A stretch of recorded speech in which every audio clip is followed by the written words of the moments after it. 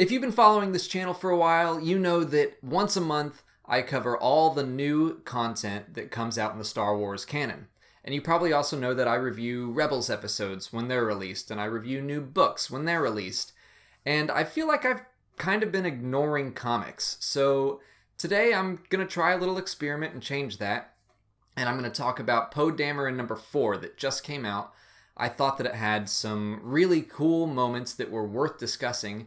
So I wanted to see how this type of video comes across to you. If you guys like it, make sure to let me know. If you don't, let me know. But at least for Poe Dameron and Han Solo number 2, which was also recently released, I wanted to make videos about them just to talk about the connections that they have with other Star Wars content and just cool moments and maybe the implications on the universe in the future.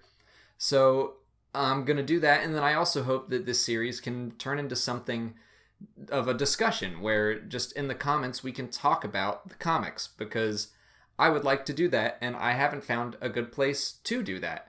Like, I frequent Reddit, and the Star Wars subreddit has discussion threads for the new comics, but they're just not very active, so I figured why not start my own. So if you're a comic fan and you're a Star Wars fan, we can talk about it here. But for now, I'm going to start diving into Poe Dameron number 4. Be warned that there will be spoilers. I'm going to spoil the whole issue, so just be ready for that. This issue is kind of a bridge between the first and second arcs. As such, I thought it was kind of slow, but some of the exciting connections made up for it. So far, this series hasn't really grabbed my attention like Star Wars and Darth Vader have, but it's early days still, and I really think the search for Lor San Tekka is a great story to explore, so I think it might just be taking a little time to find its footing.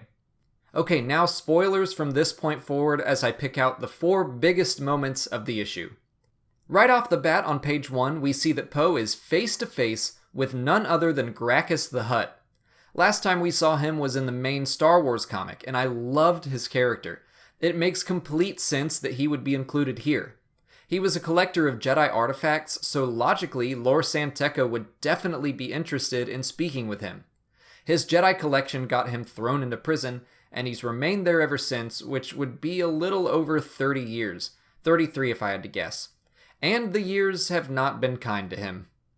In a flashback, we see Black Squadron on Dakar, and they're relaxing waiting for their next mission.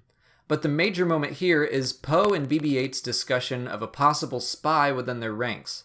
In the first 3 issues, a tracking device allowed the First Order to find their location. This plotline is very similar to the first 3 X-Wing books, which also included an Imperial saboteur.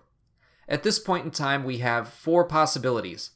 Poe, Snap, and Jessica Pava clearly can't be the traitors, since they're still around in The Force Awakens. That leaves Care, Audie, Lulo, or someone we just haven't even seen. Audie is their tech, and he would have had access to put the tracking device on one of their ships. Lulo has served since the rebellion, so he seems unlikely. And Care we know almost nothing about, and my money's on her right now. Poe doesn't get a lot of time to look into things as Black Squadron heads out on their next mission. And that introduces moment number 3, which is the introduction of Megalox Beta. It's a privately owned prison located on a planet with extremely heavy gravity. The prisoners aren't walled in, they're just confined to a small area where they won't be crushed by that gravity. But I have no idea how that works. There are these shields which more look like they're protecting prisoners from the sky, but the gravity is generated through the planet, so how would that work exactly? But I'll just chalk that up to fantasy technology that I don't understand. Anyway, I do think the basic idea behind the prison is pretty cool, even if it doesn't quite make sense.